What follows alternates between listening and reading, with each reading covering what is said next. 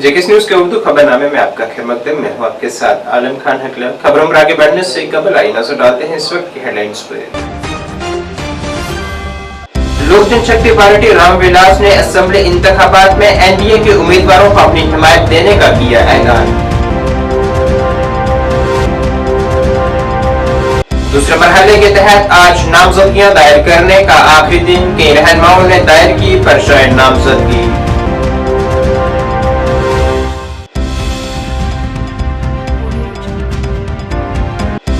साबका सदर जमहूरिया डॉक्टर सर्वपल्ली राधाकृष्णन की यौम पैदाइश पर आज मनाया जा रहा है यौम असातिज़ा की खिदमत को की जा रही है सलाम।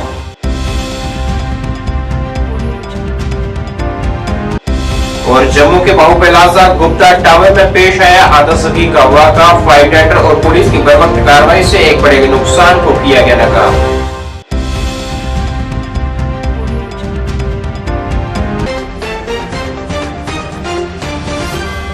अब खबरें तफसील से। लोक जनशक्ति पार्टी रामविलास जम्मू कश्मीर यूनिट ने आज ऐलान किया है कि वो आइंदा असेंबली इंतखाबात में अपना कोई भी उम्मीदवार इंतखाबी मैदान में नहीं उतारेगी और यहाँ एनडीए जिसका खुद पार्टी के कौमी सरपरस्त चिराग पासवान हिस्सा है उसे हिमायत दी जाएगी। जम्मू में आज एक प्रेस कॉन्फ्रेंस से खिताब करते हुए पार्टी यूटी सरबराह रफीक मलिक ने कहा है कि वो अवामी मसाइल के हल के लिए पेश रहेंगे। उन्होंने कहा है कि उन्होंने ये फैसला पार्टी की मरकजी क़यादत के हुक्म के बाद लिया है। लोक जनशक्ति पार्टी की जो मेन प्रेस कॉन्फ्रेंस का ये मुद्दा है कि हमारे भी कोई 50-60 कैंडिडेट जो जम्मू कश्मीर में बिल्कुल तैयार बैठे थे इलेक्शन लड़ने के लिए, उसी लिस्ट जो हमने चिराग साहब को भेजी, चिराग साहब ने कोर कमेटी की मीटिंग जम्मू में आई, कमेटी ने जो फैसला किया हमने यहाँ से लिख के दिया, बाकायदा इंटरव्यू हुआ हमारे कैंडिडेटों का सबका। तो इलेक्शन लड़ने की पूरी तैयारी थी हमारी। आपको भी मालूम है कि हमने बहुत 3-4 साल जो काफ़ी मेहनत की थी। तो आज हमारी पार्टी का जो एक अच्छा सिस्टम था जम्मू कश्मीर में, अब चिराग साहब का हुक्म था कि हमारी पार्टी जो है जम्मू कश्मीर में इलेक्शन नहीं लड़ेगी। हम उनका वेलकम करते हैं कि जो उन्होंने एक संदेश दिया हमारे लिए, जो हुक्म है, क्योंकि हमारे जो पार्टी के सुप्रीमो चिराग साहब जो हुक्म था उनको हमें मानना पड़ा। तो हम उनका यही कहना है कि हमारे जो AK वाजपेयी जो national vice president Jammu Kashmir का भी दौरा उन्होंने किया, उन्होंने भी लिस्ट वहाँ बाकायदा दिखाई चिराग साहब को कि भाई इलेक्शन लड़नी है। कुछ ऐसी सीटें थी कि जहाँ पे खराबी भी हो सकती थी हमारे लड़ने से।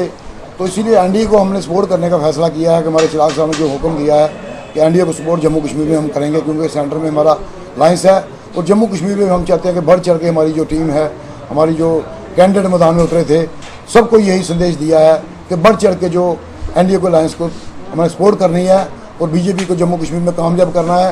कामयाबी करके हमारे पीएम साहब की झोली में हमने डालना जम्मू कश्मीर की जो खुशियाँ और जो हमारी ताकत होगी, मिलजुल के हम लड़ने की पूरी कोशिश कर रहे हैं और पूरा जिताने की हमारी पूरी कोशिश रहेगी। जितनी सीटें हैं जम्मू कश्मीर में बीजेपी की, वहाँ हमारे कैंडिडेट काम सपोर्ट करेंगे। जितनी हमारी लीडरशिप या डिस्ट्रिक्ट लेवल के होंगे, स्टेट लेवल के होंगे, हम बढ़ चढ़ के सपोर्ट करेंगे, क्योंकि हमें हुक्म मिला दिल्ली से, हमने उनका हुक्म मानना है। हमारी जो नेशनल पार्टी है, हमारे भी अरमान थे कि चलो लोक जनशक्ति पार्टी में हमारे भी कुछ कैंडिडेट उतरते, लेकिन हमारे जो सुप्रीमो चिराग साहब उन्होंने यही संदेश दिया कि नहीं, हमें सपोर्ट करनी है एनडीए में, क्योंकि उनकी एनडीए में लाइंस है। तो हम चाहते हैं कि उनके दिल को हम भी दुख नहीं दे सकते, क्योंकि हमें उनकी खुशी चाहिए। उनकी खुशी के लिए हमने जम्मू कश्मीर में कुर्बानी देने के लिए बिल्कुल तैयार बैठे हैं और हमारी टीम भी बिल्कुल तैयार बैठी थी। आज उनका जो हुक्म है वो सारा खोपे है, हम उनको कबूल करते हैं और बराबर हम दिखाएंगे कि जम्मू कश्मीर में लोक जनशक्ति पार्टी की कितनी बड़ी जीत के लिए जो बीजेपी को सपोर्ट हुई वो लोक जनशक्ति पार्टी की सपोर्ट होगी, क्योंकि बाकी पार्टियाँ कोई किसी के साथ नहीं है, लेकिन एनडीए के साथ सिर्फ हमारी जम्मू कश्मीर की लोक जनशक्ति पार्टी की सपोर्ट करेगी और बढ़ चढ़ के सपोर्ट। जम्मू कश्मीर प्रदेश कांग्रेस कमेटी के सदर तारिक हमीद करा ने आज कहा है कि बीजेपी लीडर राम माधव अपनी ही पार्टी के बारे में बेखबर है, जिसने चंद साल कबल साबिक अस्करियत पसंदों को भर्ती किया था। इन बातों का इजहार उन्होंने आज कागजात नामजदगी दाखिल करने से पहले बटमालू में हजरत शेख दाऊद रहमतुल्लाह अलैहि के मज़ार पर हाजिरी देने के बाद वज़राए अबलाग के नुमाइंदों से गुफ्तगू में किया। उन्होंने कहा है कि आजाद उम्मीदवार वोटों के टुकड़े करने और तकसीम करने में मदद कर रहे हैं। उन्होंने कहा है कि अवाम की जिम्मेदारी है कि वो ऐसे हथकंडों से आगाह रहें और सही उम्मीदवार का इंतखाब करें।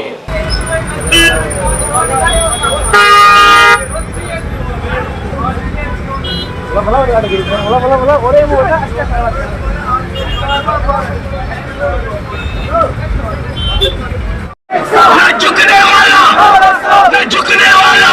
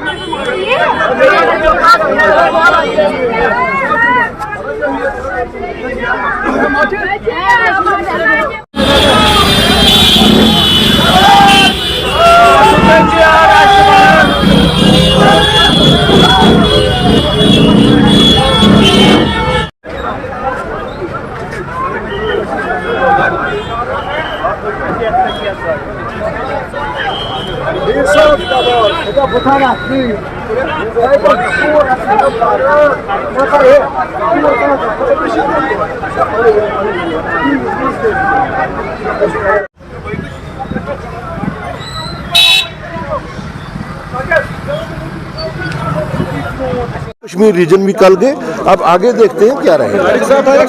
गांधरबल में आपका डिस्ट्रिक्ट प्रेसिडेंट अलायंस के खिलाफ लड़ रहा है, इसको आप कैसे देखते हैं? मैं बटमालू का बाशिंदा हूँ और हर बार जब भी कोई बड़ा काम करना होता है या कोई नेक काम करना होता है, पहले मैं बटमालू आता हूँ, अपने लोगों से मिलता हूँ और इस ज़ियारत में हाजिर हूँ। कैसा लग रहा है कि ये जो अलायंस कैंडिडेट आपके लड़ रहे हैं और उनके ऊपर से कैसे फाइट देख रहे हैं जी, आप अपनी फाइट कैसे देख रहे हैं, क्योंकि इंडिपेंडेंस बहुत सारे लड़ रहे हैं आपके खिलाफ? देखिए, ये जो इंडिपेंडेंस खड़े किए जाते हैं ये सिर्फ फ्रैगमेंट करने के लिए, वोटों का बंटवारा करने के लिए, फ्रैगमेंटेशन के लिए। इसी में लोगों के ऊपर ज्यादा फर्ज आयद होता है कि वो देखें सही और गलत के दरमियान में फर्क। और जहाँ तक मेरा ताल्लुक है, यहाँ के लोग अच्छी तरीके से, न कि सिर्फ बटमालू कॉन्स्टिट्यूंसी, पूरा जम्मू कश्मीर जानता है कि लोगों के खातिर जिस वक्त कोई सख्त फैसले लेने की जरूरत थी, उस वक्त सिर्फ तारिक हमीद कर रहे थे। राहुल गांधी जी आपकी कैंपेनिंग के लिए आएंगे जैसे वो कल आए थे? नहीं, वो जरूरी नहीं है कि किसी एक पर्पज के लिए। पटन असेंबली हलके से जनता दल यूनाइटेड की उम्मीदवार रिहाना शाह ने जिला बारामूला के करेरी हलके के अंदरवाका कलोत्रा करेरी में कारकुनान के एक अहम मीटिंग की मेजबानी की है। इस मीटिंग का मकसद पार्टी की हिकमत अमलियों पर तबादला ख्याल करना, हिमायत को मुतहरिक करना और मकामी कारकुनान और रिहायशियों के खदशात को दूर करना था। इस दौरान निचली सतह पर होने वाली ये मीटिंग उम्मीदवारों और उनके वोटरों के दरमियान बराह रास्त राब्ते को फरोग देने के लिए अहम है। रिहाना शाह ने अपने हलकों के लिए मुंसलिक होने का अज़म, मकामी चैलेंजों से निपटने और खित्ते में एक मजबूत सियासी बुनियाद बनाने के लिए इनकी लगन की अक्कासी की है। ₹70,000 जुर्मान बेचु थोमुत 2 वरी कैद यमिस निश तम शराब वुचत सह गोस आसन सानिस मुल्कस मज गोसा आसन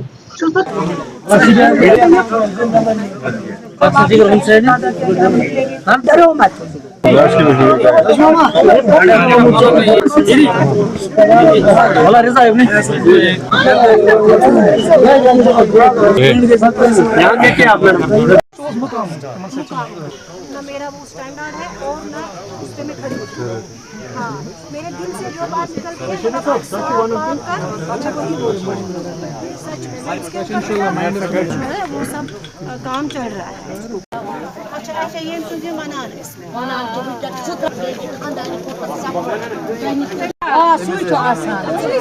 खुले आम फेरा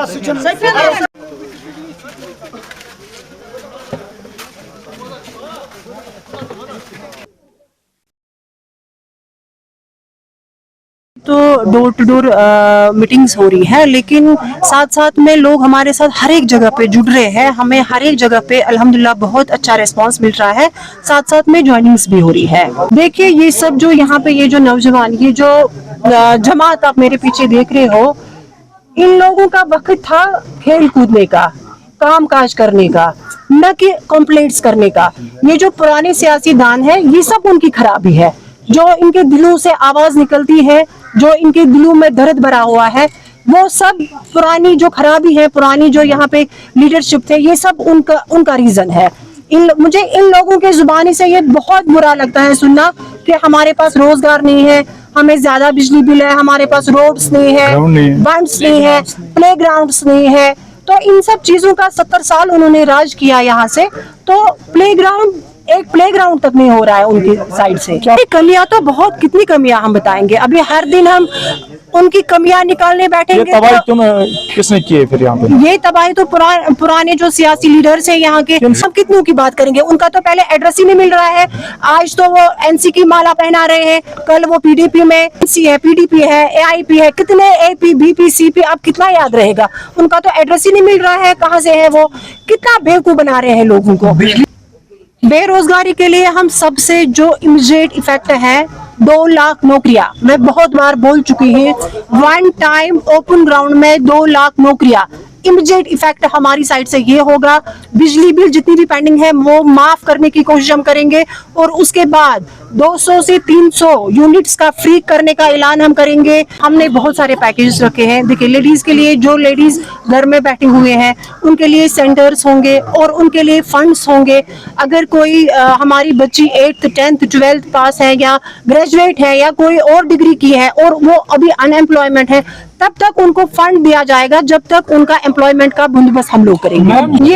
ये तो उन्हीं का नतीजा है ना, जो बेरोजगारी है, जो उनको प्लेग्राउंड्स नहीं है, जो उनको खेल कूद के, इन लोगों ने, ये जो यहाँ के लीडर्स हैं, इन लोगों को इतना हैंग करके रखा है। डिप्रेशन में है यहाँ का यूथ, क्योंकि पढ़ने जाएंगे तो उसमें भी पैसा मांगते हैं, खेलने जाएंगे उसमें भी पैसा मांगते हैं, कुछ फैसिलिटी नहीं रखी है कहीं से, तो क्या करेगा हमारा जवान, क्या करेगा आप बताइए। ये हर साइड से करप्शन है। मुझे समझ नहीं आता कि लीडर्स करते क्या थे इस इलाके में। मेरा तो दिल ही टूट जाता है यहाँ पे आके। 370 का जो मसला है उसके लिए आपके पास होनी चाहिए मेजॉरिटी। आप बताइए, आपके एनसीपीडीपी, एपीडीपी, जो भी पीपी है आपका किसके पास है? स्टेटहुड हमने बताया है, उसके लिए हम प्रॉमिस करते हैं, आप उस लोग हमारा साथ देते हैं, स्टेटहुड आपका वापस मिलेगा। कानून अलग से होगा जो 2 लोगों की मेजॉरिटी से वापस लाएगा। I don't know that. आगे देखते हैं किसमें कितना दम है। नहीं, हर एक को देखिए, जिसके पास अच्छी थिंकिंग हो, अच्छी सोच हो, जो लोगों के लिए काम करना चाहता है, उनको तो सामने आना चाहिए, चाहे वो जमात इस्लामिया से हैं, चाहे आम लोग हैं, जो भी है, जिसमें डेडिकेशन है लीडरशिप की, उनको तो सामने आना चाहिए। डीडीसी के वाइस चेयरमैन पुंछ मोहम्मद इशफाक चौधरी ने मेंढर असेंबली हलके से आजाद उम्मीदवार के तौर पर आज इंतखाबात में शिरकत का फैसला किया है। नामजदगी दायर करने से कबल आज एक दुआया मजलिस भी मुनक्किद हुई। यहाँ बड़ी तादाद में उनके हमायती भी मौजूद रहे।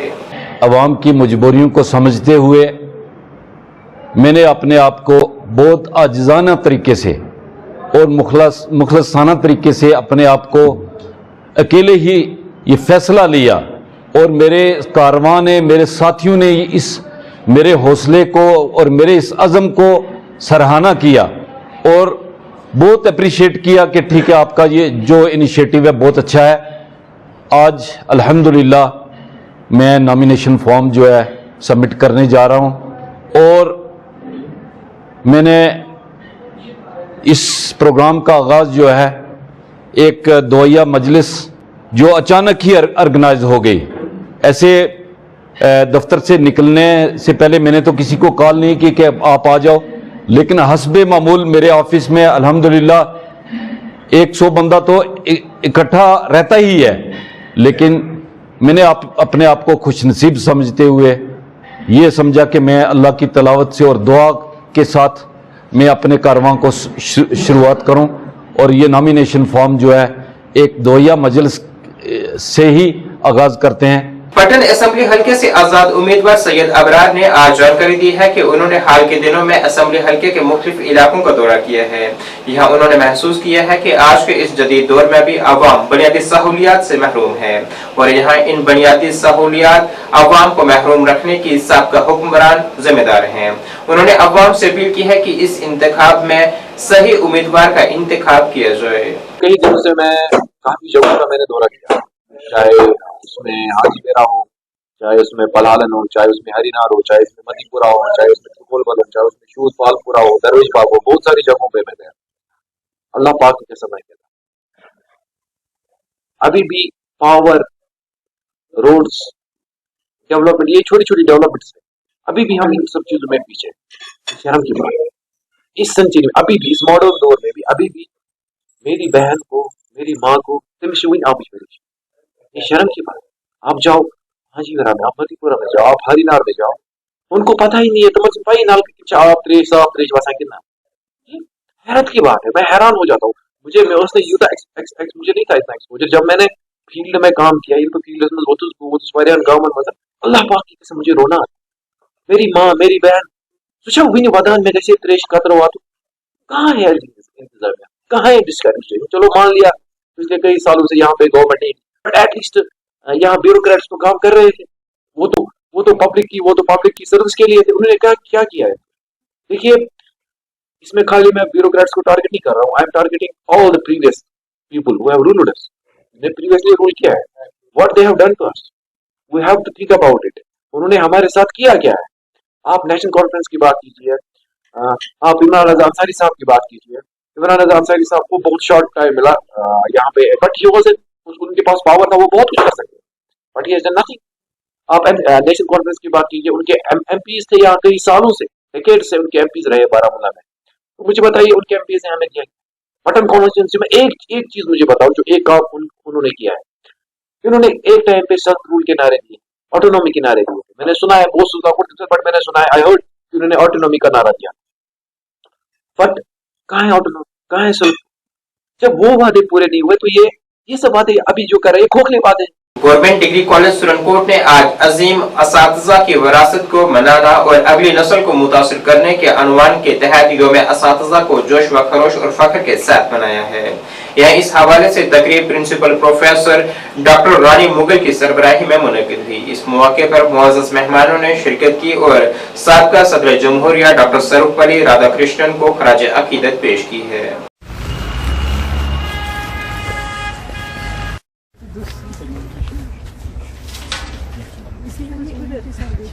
दे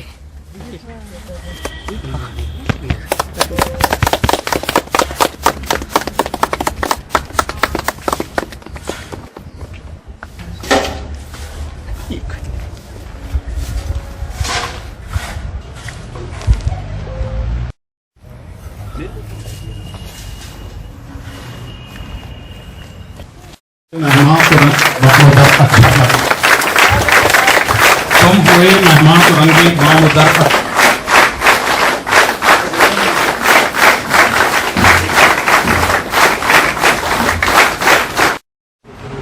नहायती वाजिब ज़हूर अहमद चाट साहब, साबिक डायरेक्टर कॉलेजेस महकमा आला, साबिक डायरेक्टर सर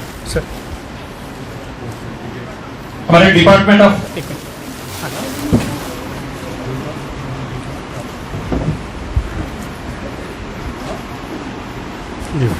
वो फरामोश नहीं किया जा सकता।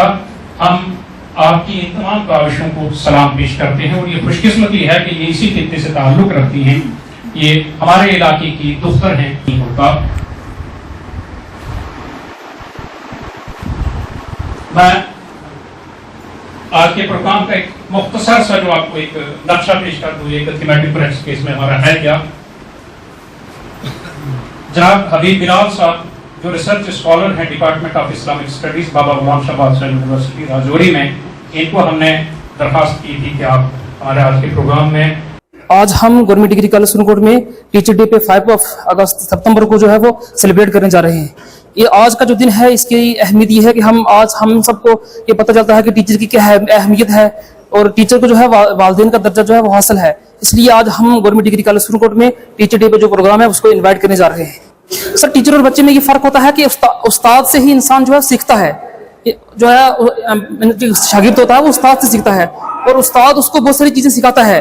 उस्ताद के बिना जो है वो जिंदगी अधूरी है और इंसान मोल है। और किसी शायर ने कहा था, इल्म व हुनर के गोहर नायाब उस्ताद हैं, मैं कूम के मुहसिन और इसके मामार उस्ताद हैं, मैं क्या हराजे तकसीम पेश करूंगा, मेरे सारे लफ्जों की वजह उस्ताद हैं। और उस्ताद ही है जो रूहानी दर्जे पर देता है और उस्ताद की वजह से ही उस्ताद को कहते हैं कि उस्ताद बादशाह नहीं होता मगर बादशाह बनाता है, उस्ताद डॉक्टर नहीं होता मगर डॉक्टर बनाता है, उस्ताद प्रोफेसर, उस्ताद इंजीनियर नहीं होता मगर इंजीनियर बनाता है। उस्ताद के तराशे हुए शागिर्द आज दुनिया में जो है अपना नाम कामयाबी की तरफ बढ़ा रहे हैं। उस्ताद की वजह से आज इंडिया के अंदर जो है लोग कामयाबी हासिल करके। मैं सेमेस्टर 3 से हुसैन अहमद काज़मी जीडीसी सुरनकोट कॉलेज से, और आज यहाँ पे हमारे पास टीचर्स डे का फंक्शन ऑर्गेनाइज किया गया है और हमारी सब बच्चों की इसमें मेहनत है, तो इंशाल्लाह मेहनत रंग लाएगी और देखा जाएगा आगे कि कैसा टीचर डे का फंक्शन जाता है। टीचर्स और बच्चे में यही फर्क होता है सर कि आपके पास अगर किसी कौम का मेहमान कहा जाता है उस्ताद को, तो अगर आपके पास उस्ताद नहीं है तो कौम नहीं बन सकती। तो टीचर और बच्चे में एक तो कोऑर्डिनेशन होती है, फर्क कुछ नहीं होता। टीचर जो होता है वो बच्चे का सबसे अच्छा दोस्त होता है।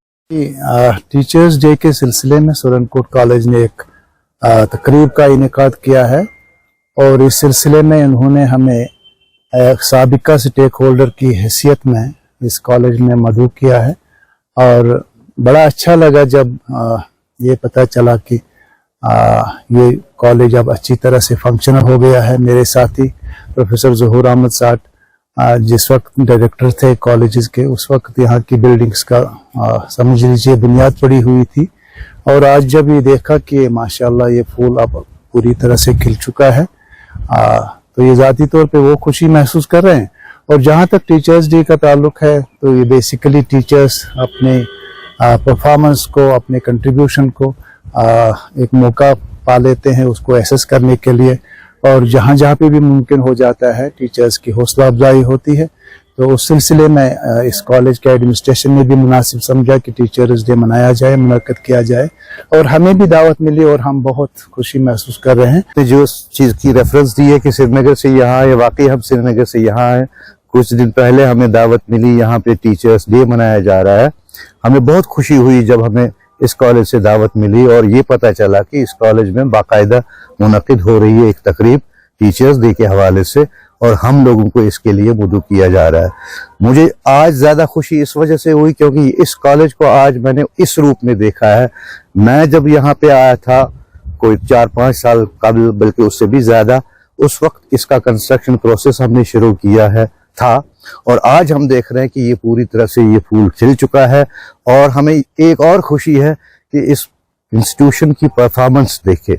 इसमें इस इंस्टीट्यूशन को 2.9 ग्रेड पॉइंट मिला है NAAC के एक्रेडिटेशन के हवाले से, और B++ 2022 में मिला है। और ये शायद इस डिस्ट्रिक्ट में पहला एक इंस्टीट्यूशन था उस वक्त जिसको इस तरह का ग्रेड मिला था। इससे पता चलता कि यहाँ की एडमिनिस्ट्रेशन ने और यहाँ की फैकल्टी ने, यहाँ के स्टूडेंट्स ने और जो और दूसरे मुतल्लिकीन हैं, उन्होंने इस कॉलेज को परफॉर्म अच्छा करने के लिए कितना काम किया है। और आज टीचर्स डे के हवाले से हम लोगों को बुलाया है, और हमने कभी अपने आप को एडमिनिस्ट्रेटर गवर्नमेंट में रह के भी नहीं समझा है। हमने सिर्फ यही समझा है कि हम लोग बुनियादी तौर पे टीचर है और टीचर ही हमेशा रहे हैं। और आज भी सोच वही है जो एक टीचर की सोच होती है। और बहुत ही अच्छा लगता है कि जब टीचर्स डे के हवाले से कोई तकरीब कोई इंस्टीट्यूशन कर ले, जिससे पता चलता है कि टीचर्स को कितनी हद तक हौसला अफजाई मिल जाती है। यहाँ की एडमिनिस्ट्रेशन एक ऐसी शख्स, एक ऐसे लेडी के हाथ में है जो खुद भी बहुत कंट्रीब्यूटर रही है। जम्मू के बाहू प्लाजा में आज अचानक आग नमूदार हो गई, जिसके बाद वहां अफरा तफरी का माहौल पैदा हो गया और फौरी तौर पर फायर टेंडर की तकरीबन 7 गाड़ियों और पुलिस की टीम मौके पर पहुंची, जिसके बाद काफी मुशक्कत के बाद आग को कंट्रोल में किया गया और बाहू प्लाजा में वाक़ा गुप्ता टावर में मौजूद तमाम अफराद को बाहिफाजत बचा लिया गया। अगरचे आग लगने की वजह का अभी फिलहाल तय्यन नहीं हो सका है। इस वाक़े में किसी किस्म के जानी नुकसान या जख्मी होने की कोई इत्तला नहीं है।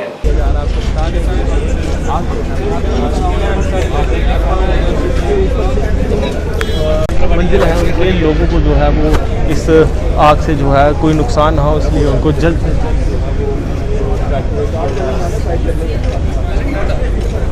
हेलो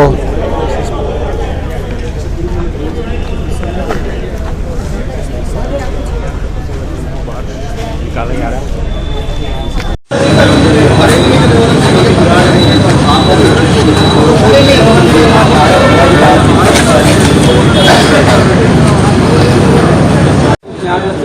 तो ऐसे में इत्तेहाद के साथ इस ऑपरेशन को चलाया गया है। और जम्मू में जिस तरह से बीचों बीच ये एक कमर्शियल बिल्डिंग है, वहाँ पे आग लगना काफी चिंता का विषय है, क्योंकि ऑफिस साथ में है और जल्द आग बुझाना जो है इस वक्त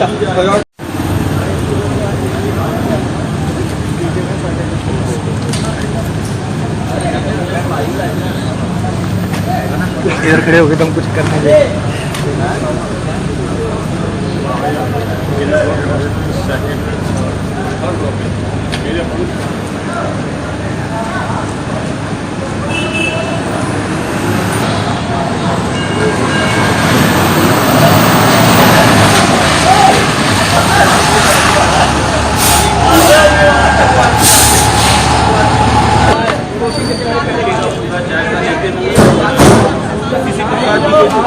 कोई शख्स जो है इस बिल्डिंग में रहना जाए उसको। ये घटना और क्या कहेंगे? ये गुप्ता टावर बहू प्लाजा जम्मू, यहाँ पे सारे कॉर्पोरेट ऑफिस हैं। ये सेकंड फ्लोर पे एडलवाइज लाइफ इंश्योरेंस का ऑफिस है। सुबह 9:30 बजे जब इनका सिक्योरिटी गार्ड और सफाई कर्मचारी सफाई कर रहे थे, ड्यूरिंग दैट पीरियड वहाँ पे शॉर्ट सर्किट हुआ और एसी में आग लग गई। इमीडिएटली फायर ब्रिगेड ऑफिस को कॉल किया गया वहाँ से उनको इमीडिएट रिस्पांस आया तो उन्होंने टाइम पे सारा इसको फायर को कंट्रोल कर लिया। तो अभी तक पोजीशन टोटल अंडर कंट्रोल है। There is no casualty at all, everything is safe and sound. मौके पर कितनी गाड़ियाँ यहाँ पर फायर ब्रिगेड की? टोटल जो गाड़ी 7 से 8 गाड़ियाँ जो मौके पर यहाँ पे आ गई थी टाइम टू टाइम। तो फायर ब्रिगेड ऑफिस की, फायर ब्रिगेड स्पोर्ट की सर कोई प्रॉब्लम नहीं रही, बहुत अच्छा सर्विस मिला, जो टाइमली कंट्रोल कर लिया। इसके साथ साथ ही कोई भी कैजुअलिटी नहीं हुई। इनकी फायर ब्रिगेड वालों की सपोर्ट के कारण, उनकी एफिशिएंसी के कारण यहाँ पे ऐसा कोई बड़ा हादसा नहीं हुआ। तो जो टाइम अभी तक क्या जानकारी मिली? अभी तक टोटल वहाँ पे सेव कर लिया। जो एक बंदा वहाँ पे एक एम्प्लॉय फंसा हुआ था उसको भी टाइमली एवैक्यूएट कर लिया, उसको भी कोई प्रॉब्लम नहीं हुआ। क्या ऑपरेशन? देखिए अभी फायर ब्रिगेड काम कर रहा है अपना, पुलिस की पार्टी भी सारी हैं, हमने बंदों को निकाला है अभी और दे वर स्टक अप। बाकी काज ऑफ फायर जो है अभी तक एस्टेब्लिश नहीं हुआ है, it will be done. Jammu के ग्रेटर कैलाश इलाके में 30 अप्रैल को जमीनी तनाज़े में वहां अवतार सिंह के कत्ल के मामले की चल रही जांच के मामले में लवाहिकीन ने इंतजामिया से अपील की है कि उन्हें स्पेशल पब्लिक प्रोसिक्यूटर फराहम किया जाए, क्योंकि इस मामले की शफाफ तरीके से जांच नहीं की जा रही है। उन्होंने लेफ्टिनेंट गवर्नर से भी इस मामले में मदाखलत की अपील की है। आपकी अभी तक जिस तरह से आपकी हेयरिंग्स हुई हैं उसके बाद? सर हेयरिंग्स हमारी जो है प्रॉपरली नहीं हो पा रही हैं, क्योंकि हमें अभी तक जो है स्पेशल पीपी अलॉट नहीं किया गया है और इसकी वजह है Sanjeev Verma, law secretary. Unfortunately अब मैं सिंगल पॉइंट आउट करके नाम ले रहा हूं, क्योंकि सिचुएशन वहां पे पहुंच गई है। जब हम इन लोगों से बात करते हैं तो हमें कोई जवाब नहीं मिलता। संजीव वर्मा के ससुर जो हैं, फादर इन लॉ, वो इस मर्डर के बिगेस्ट कॉन्स्पिरेटर हैं। ये उनकी बेनामी प्रॉपर्टी है, तो इसी चक्कर में ये मर्डर हुआ है। वो अंदर हैं, उनको छुड़ाने के लिए हमारी तरफ से कोई एक्शन नहीं हो पा रहा, क्योंकि हमारे पास हमारा स्पेशल पीपी नहीं है। तो हमने लास्ट हियरिंग में भी फादर साहब ने यही रिक्वेस्ट की थी जज साहब से भी हमें डेट दी जाए, क्योंकि हम स्पेशल पीपी का वेट कर रहे हैं, जो कि अभी तक अप्रूव नहीं हुआ। स्पेशल पीपी की सेकंड एप्लीकेशन हम 8 अगस्त को जो है गवर्नर सर को और मैं लॉ सेक्रेटरी को बाय हैंड पर्सनली दे के आए हैं हम लोग श्रीनगर। और गवर्नर सर के एप्लीकेशन आगे मूव करने के बावजूद भी ये सिनेरियो है कि अभी तक उसको नहीं अप्रूव किया जा रहा। जानबूझ के स्लो कर रहे हैं संजीव वर्मा। सुनील सेठी जो इनके लॉयर हैं, लॉ सेक्रेटरी जो हैं, वो इनके कज़न ब्रदर हैं। तो ये एक ही केस में इन्वॉल्व होने की वजह से हर आदमी इसको प्रोसेस को स्लो डाउन कर रहा है। हम लोग हर ऑफिस के चक्कर मार रहे हैं, कभी किसी का नंबर नहीं दिया जाता, कभी आगे एप्लीकेशन किसके पास है वो नहीं बताई जाती। तो बार बार जाने के बाद जब अगले स्टेप का पता लगता है तो वहाँ जाके भी ये आता है कि हम जूनियर हैं जी, हम कुछ नहीं कर सकते, हमारे पास आई नहीं है, या यहाँ से हमने अप्रूव करके आगे भेज दिया। कभी इनका ई फाइलिंग सिस्टम नहीं चल रहा था, पहले कुछ दिन बंद रहा, तो वो डीजी प्रोसिक्यूशन में अटकी रही है। फिर हम लोग 3-4 दिन लगातार गए हैं, वहाँ से हेल्प मिली है, एप्लीकेशन वहाँ से अप्रूव होके डीजी प्रोसिक्यूशन से उन्होंने, जैसे उनका सिस्टम ठीक हुआ, उन्होंने कहा कि हमने जल्दी से 30 अगस्त को जो है एप्लीकेशन फॉरवर्ड कर दी है। वो लॉ सेक्रेटरी को गई है और होम डिपार्टमेंट में गई है। तो होम डिपार्टमेंट में जो एप्लीकेशन है वो है यासिर फारूक के पास, जिनका हमें नाम दिया गया, जिनका फ़ोन नंबर मैंने जो है होम डिपार्टमेंट की वेबसाइट से लेके आज सुबह उनको कॉल की, पहले भी की थी। ये नंबर पे आप क्यों कॉल कर रहे हैं, मैं आपको हर एक को अकेले इंडिविजुअली पर्सनली कॉल करके नहीं बता सकता, आप मेरे ऑफिस में जाएं। ऑफिस में गए हैं तो वो कहते हैं कि आप जो है हमारे सीनियर से बात करें, हमारे पास कोई इसका हम नहीं दे सकते। हम इतना बता सकते हैं कि यहाँ पे डिसीजन जो है वो होम डिपार्टमेंट लेगा प्लस लॉ सेक्रेटरी लेगा। लॉ सेक्रेटरी के ऑफिस में कॉल किया तो वो मीटिंग में बिजी हैं चीफ सेक्रेटरी सर के बाद, उनके पीए से बात हुई। उन्होंने अब आप क्या डिमांड करना चाहते हैं? सर हमारी डिमांड यही है कि हमें स्पेशल पीपी जल्दी से जल्दी प्रोवाइड किया जाए, क्योंकि ये लोगों ने अपनी बेल्स लगा रखी हैं। परशोत्तम जो है कल्प्रिट मेन, जिसने ये सारा फ्रंटमैन, इनका हिंचमैन जो है, परशोत्तम की वाइफ जो है जिसने ये इंसिडेंट स्टार्ट किया, वो आज तक अरेस्ट नहीं हुई है।